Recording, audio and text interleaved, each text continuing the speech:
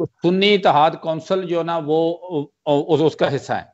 तो वो जब इलेक्शन कमीशन में जब चली गई तो उन्होंने इजाजत दे दी और वो सुन्नी इत्तेहाद कौंसिल का हिस्सा बन गया, जबकि सुन्नी इत्तेहाद कौंसिल ने एज ए सियासी पार्टी उसको ज्वाइन नहीं किया था। एज ए इलेक्शन में सुन्नी इत्तेहाद कौंसिल ने अपने निशान पे इलेक्शन नहीं लड़ा था।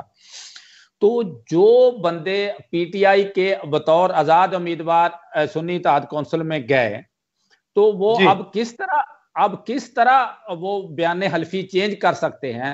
जैसे राणा सनाउल्लाह साहब ने अपनी प्रेस कॉन्फ्रेंस में कहा कि अब वो ये कहेंगे कि हम पीटीआई में थे और लिहाजा हमारा तल्लुक अब पीटीआई से है, और उसे पहले बयान हल्फी से तल्लुक नहीं।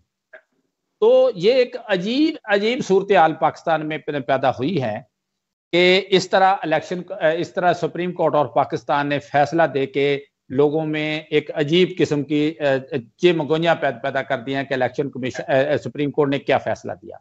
आइन के मुताबिक फैसला नहीं हुआ। मैं एज ए लॉ का स्टूडेंट कहता हूं, मौजूद अदालतों का एहतराम अपनी जगह पे, लेकिन ये फैसला कानून के मुताबिक नहीं हुआ। ये तो इसी तरह है कि कानून दोबारा लिखने के मुताबिक।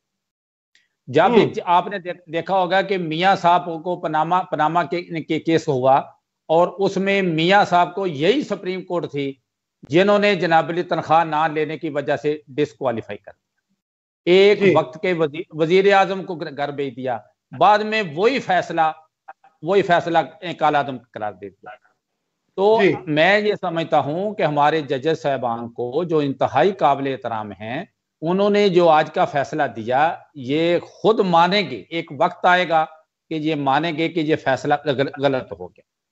जब एक पार्टी एक आदमी फरीक ही नहीं तो आप उसे कैसे नवाज सकते हैं? आप उसे कैसे रहेगी सुन्नी इत्तेहाद?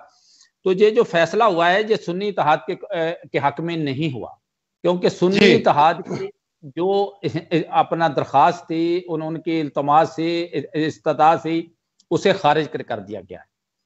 तो अब मेरी समझ से बाला है कि इन्होंने किस तरह पीटीआई को नवाजा है।